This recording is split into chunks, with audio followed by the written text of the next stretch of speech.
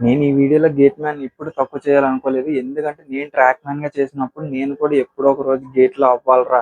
నేను ఈ ఫీల్డ్‌లో చేయలేకపోతున్నానురా. ఈ ఎండలో నీటిలో కష్టపడలేకపోతున్నానురా. నాకు కూడా గేట్ ఇచ్చేయండిరా అని అనుకున్న రోజులున్నాయన్నమాట. ఫస్ట్ ఒక్కసారి మన ఇన్‌స్టాగ్రామ్ ఫాలోవర్ పెట్టిన మెసేజ్ చూడండి. పెట్టగానే నా బుర్ర పాడైపోయిందన్నమాట. సరే మీరు కూడా చదవండి. అన్నా నాకు గేట్ మ్యాన్ అవ్వాలని డ్రీము. సో నేనేం చేస్తే గేట్ మ్యాన్ అవుతాను. నేను ఇంటర్ చేశాను. సో నాకు దానికి క్వాలిఫికేషన్ ఏముండాలి చెప్పండన్నా అని అడుగుతున్నాడు. ఆడి గేట్ మ్యాన్ ఎలా అవ్వాలి అని చెప్పడం నాకు అసలు ప్రాబ్లం లేదు. నా ప్రాబ్లం అంతా అసలు గేట్ మ్యాన్‌ని డ్రీమ్‌గా ఎవడు పెట్టుకుంటాడురా? ఇది మీకు హార్ష్‌గా అనిపించొచ్చు. నేను హార్ష్‌గా మాట్లాడవచ్చు. చాలా మందికి నచ్చకపోవచ్చు. కానీ మన అవసరాలకి, మన కలలకి తేడా ఉంది. ఆ తేడా అట్‌లీస్ట్ తెలుసుకోండి. మీరు కలలు కనండి, ఆటిల్ని నెరవేర్చుకోవడానికి ట్రై చేయండి. అవి అవ్వకపోతే మానేయండి. అంతేగాని మీ అవసరాలను కలలు అని చెప్పొద్దు.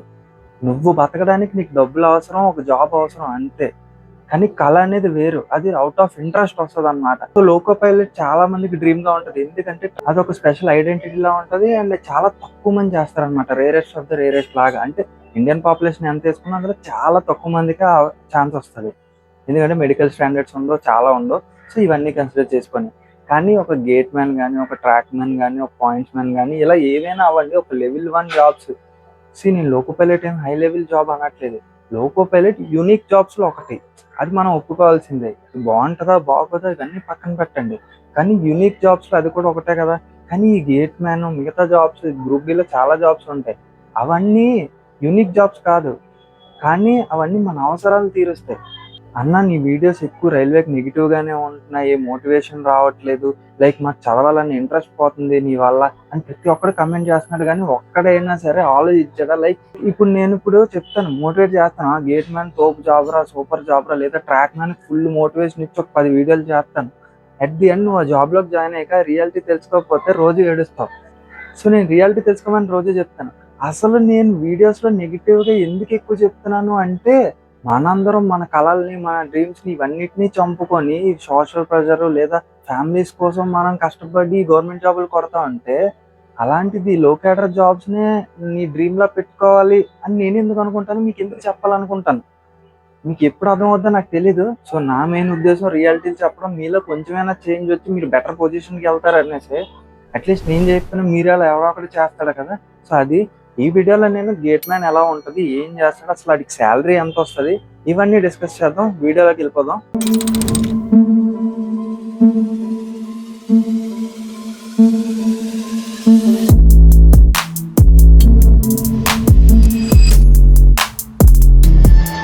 ఫస్ట్ గేట్ మ్యాన్ ఎలా అవ్వాలి? నార్మల్‌గా అప్పట్లో గ్రూప్ డి నోటిఫికేషన్ వచ్చినప్పుడు గేట్ మ్యాన్‌కి సెపరేట్ కేటగిరీ ఇచ్చేవాడు. కానీ ఇప్పుడు మెర్జ్ చేశారన్నమాట. ఎందుకంటే గేట్ మ్యాన్ ట్రాక్ మ్యాన్స్ చేస్తారు. లేదా కొన్ని దగ్గరలో ట్రాఫిక్ గేట్స్ అంటారు. అంటే స్టేషన్‌కి దగ్గరలో ఉన్నవి. అవి పాయింట్స్ మ్యాన్స్ చేస్తారు. అండ్ ఇప్పుడు కొంచెం ఏమైంది అంటే ఎక్స్ సర్వీస్ మ్యాన్స్ వస్తున్నారు కదా! ఎక్స్ సర్వీస్ మ్యాన్‌కి గేట్ మ్యాన్ పోస్ట్ ఇస్తున్నారన్నమాట. ఎందుకంటే వాళ్ళు రిటైర్ అయ్యి వస్తారు. అంటే కొంతమంది 15 ఇయర్స్, 17 ఇయర్స్‌కి రిటైర్ అయ్యి వస్తారు కదా! సో వాళ్ళకి సర్వీస్‌లో యాడ్ చేసి ఇస్తారన్నమాట. సో వాళ్ళకి జాబ్ అప్రోప్రియేట్ గా ఉంటదని చెప్పి ఎక్స్ సర్వీస్ మ్యాన్ కి జాబ్ అలాట్ చేశారు. సో నువ్వు గేట్ మ్యాన్ అవ్వాలి అంటే ఆబ్వియస్లీ పాయింట్స్ మ్యాన్ అయ్యి అవ్వలేవు. ఎందుకంటే అన్ని స్టేషన్స్ దగ్గర గేట్ ఉంటది అని చెప్పలేం. సో ట్రాక్ మ్యాన్ నుండి వెళ్ళొచ్చు. అలాగని ట్రాక్ మ్యాన్ వెళ్తావు అంటే నువ్వు తీసుకున్న లైఫ్ లో వరస్ట్ డెసిజన్ అవుతుంది.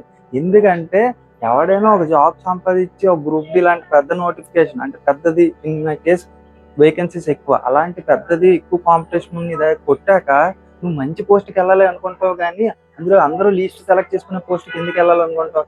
ఇలా అలా అనుకున్నావు అంటే నీకన్నా పెద్ద ఎవడు ఉండడన్నమాట. సో అది గుర్తుపెట్టుకో.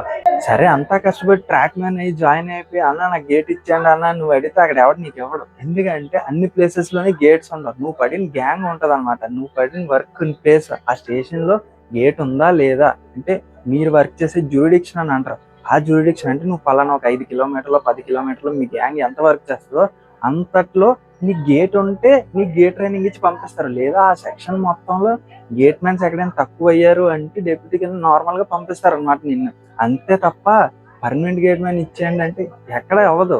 సో ఎంత కష్టపడి నువ్వు ట్రాక్ మ్యాన్ జాయిన్ అయ్యి అక్కడ గేట్ దొరికి గేట్ లో చేస్తావంటే నీకు జీతం ఎంత వస్తుంది మెయిన్. సో అది చెప్పే ముందు అసలు first gate mans next future లో ఉంటారా లేదా అనేది కూడా ఒక మాట్లాడుకుందాం. దానికన్నా ముందు నీకు జాబ్ రావాలి కదా. నువ్వెంత ప్రిపేర్ అవుతున్నావు, అసలు నీ ప్రిపరేషన్ ఎంత ఉందో ఒకసారి తెలుసుకో. అండ్ కొత్తగా వచ్చిన వాళ్ళు మన ఛానల్లో చాలా వీడియోస్ ఉన్నాయి, ఎలా ప్రిపేర్ అవ్వాలి ఏంటి, రైల్వేస్ గురించి, రియాలిటీస్, ఇవన్నీ డిస్కస్ చేద్దాం. సబ్స్క్రైబ్ చేసుకొని చూడండి ఈ వీడియో అయ్యాక. అండ్ యూస్ఫుల్ బుక్స్ కోసం మనం చాలా వీడియోస్ చేసాం. మీకు చూసే ఓపిక లేదు అంటే నేను అన్ని బుక్స్ లింక్స్ డిస్క్రిప్షన్ లో ఇచ్చాను, ఉపయోగపడతాయి, కొనుక్కొని చదవండి.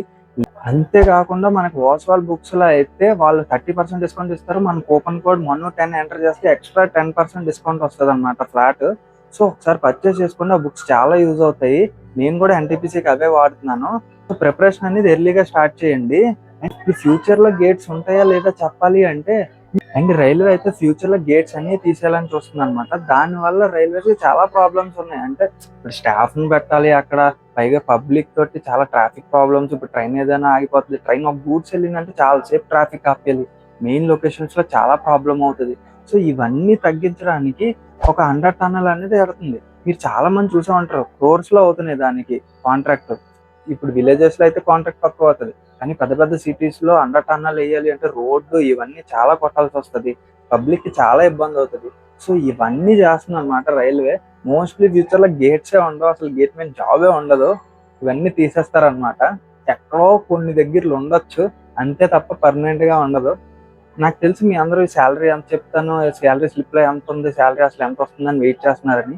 కానీ దానికన్నా ముందు ఆ శాలరీ తీసుకోవాలి అంటే నువ్వెంత రెస్పాన్సిబిలిటీ తీసుకోవాలో తెలుసుకోవాలి. అంటే ఎలా అవ్వాలనేది వేరు, అయ్యాక ఏం చేయాలనేది వేరు అనమాట. గేట్ మ్యాన్ అంటే గేట్ వేసేస్తాడు తీసేస్తాడు ఇవే కాదు, చాలా రెస్పాన్సిబిలిటీ ఉంటుంది. ఇప్పుడు ఆడు గేట్ లేట్ గా వేయడం వల్ల ట్రైన్స్ లేట్ గా అయిపోతాయి, గేట్ కనెక్టింగ్ సిగ్నల్స్ ఉంది. అండ్ దాంతో పాటు ఒకవేళ గేట్ తీయలేదు అంటే పబ్లిక్ కి చాలా ఉంటుంది. ఇటు సైడ్ రోడ్ ట్రాఫిక్ ని మేనేజ్ చేయాలి, అటు సైడ్ ట్రైన్ ట్రాఫిక్ ని కూడా మేనేజ్ చేయాలన్నమాట. ఈ రెండు రెస్పాన్సిబిలిటీ వాటి మీద ఉంటుంది. నైట్ టైం అయితే చాలా ఇబ్బందిగా ఉంటది అనమాట. కంటిన్యూస్ ట్రైన్స్ వెళ్ళే ప్లేసెస్ లో అయితే వాడు కంటిన్యూస్ గా నిద్ర లేకుండా ఎత్తుకొని దించుకొని ఉండాలన్నమాట. ఒక్కసారి లేట్ గా వేసినా సరే ట్రైన్ అయిపోద్ది అక్కడ సిగ్నల్ దగ్గరికి వచ్చి. సో ఇవే కాకుండా యాక్సిడెంట్స్ అవి అవుతా ఉంటాయి. రీసెంట్ గా ఏదో క్లిప్ కూడా వైరల్ అయ్యింది ఒకటి. సో ఇవన్నీ రెస్పాన్సిబిలిటీ మన గేట్ మ్యాన్ చూసుకోవాలన్నమాట. సో వాడు కానీ తప్పు చేస్తే చార్జ్ షీట్స్, పనిష్మెంట్స్, అండ్ వాటి లొకేషన్ కూడా చేంజ్ చేసేసి అండ్ ప్రమోషన్ కూడా ఆపేయడం, లేదా నీ ఇంక్రిమెంట్ కట్ చేసేస్తారు. కొన్ని సంవత్సరాలు 2 years కానీ 3 years కానీ ఇంక్రిమెంట్ కట్ చేయడం, లేదా నిన్ను ఎక్కడో ఒక మార్మూల్ ఏరియాలో పోస్టింగ్ ఇచ్చేయడం. సో ఇలాంటివి చేస్తారు. కానీ అన్ని గేట్స్ ఇలాగే ఉండవు, కొన్ని గేట్స్ ఉంటాయి. ట్రైన్స్ అనమాట చాలా తక్కువ వెళ్తాయి అనమాట. అంటే ఒక ట్రైన్ వెళ్ళాక ఇంకో 3 hours 4 hours అసలు ట్రైనే రాదు. సో అలాంటి ప్లేస్లలో కూడా ఉంటాయి గేట్స్, గేట్ మ్యాన్స్ ఉంటారు. సో అక్కడ కొంచెం జాబ్ బాగానే ఉంటది, కానీ అక్కడ లివింగ్ కూడా అలాగే ఉంటది అనమాట. అంటే లివింగ్ ఎన్విరాన్మెంట్ కూడా కొంచెం జనాలు తక్కువ ఉన్నట్టే ఉంటది. సో దేని ప్రాబ్లమ్స్ దానికి ఉన్నాయి, దేని అడ్వాంటేజెస్ దానికి ఉన్నాయి.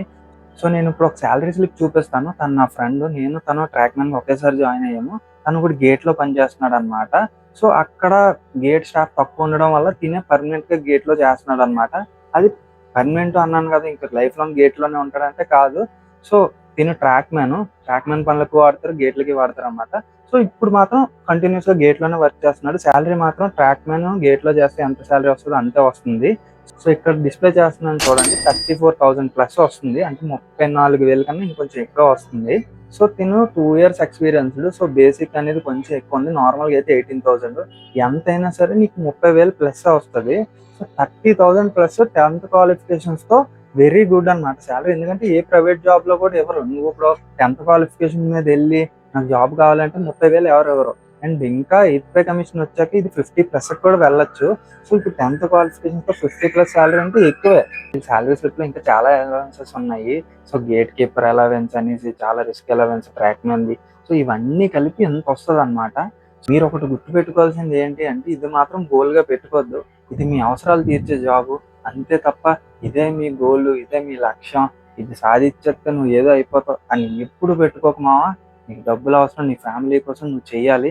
చాలా మంది అలాగే చేస్తున్నారు. నేను ఈ వీడియోలో గేట్ మ్యాన్ ఇప్పుడు తప్పు చేయాలనుకోలేదు, ఎందుకంటే నేను ట్రాక్ మ్యాన్ గా చేసినప్పుడు నేను కూడా ఎప్పుడో ఒక రోజు గేట్ లో అవ్వాలరా, నేను ఈ ఫీల్డ్ లో చేయలేకపోతున్నాను రా, ఈ ఎండలో నీటిలో కష్టపడలేకపోతున్నాను రా, నాకు కూడా గేట్ ఇచ్చాను రా అని అనుకున్న రోజులు ఉన్నాయి అనమాట. సో ఎప్పుడు నేను తక్కువ అంచనా అయినది తక్కువ చేసి చూడను అనమాట. ఎందుకంటే ప్రతి జాబ్కి ఒక వాల్యూ అనేది ఉంటది, ప్రతి జాబ్ మన అవసరాలను తీరుస్తుంది. సో నాకు అది తెలుసు. అయినా సరే నేను దాన్ని గోల్ గా పెట్టుకోను, అవసరంగానే చూస్తాను. దేన్ని ఎలా చూడాలో అలాగే చూడండి. అండ్ ఇలాంటి కంటెంట్ మన ఛానల్ ఆల్రెడీ ఉంది, ఇంకా ముందు కూడా వస్తుంది. సో ఈ వీడియోకి నేను 1K లైక్స్ టార్గెట్ ఇస్తున్నాను అనమాట. సో నాకు కూడా బూస్టింగ్ గా ఉంటది. అండ్ 50K సబ్స్క్రైబర్స్ కి దగ్గరలో ఉన్నాం అనమాట. కొంచెం చాలా ఫాస్ట్ గానే అవుతుంది. ఇంకా ఫాస్ట్గా వెళ్ళండి, మీరే చేయగలరు అది. సో అంతే మామ, నేను చెప్పింది కరెక్టా తప్ప, నీ ఒపీనియన్ ఏమని, నీకేమనిపించింది నేను చెప్పిన దాని ప్రకారం అనేది కమెంట్ చేయు మర్చిపోక. అండ్ అంతే, సబ్స్క్రైబ్ చేసుకో, పేరు గుర్తుంది కదా, మనోజ్ జర్నీ. ఓ, సైనింగ్ ఆఫ్.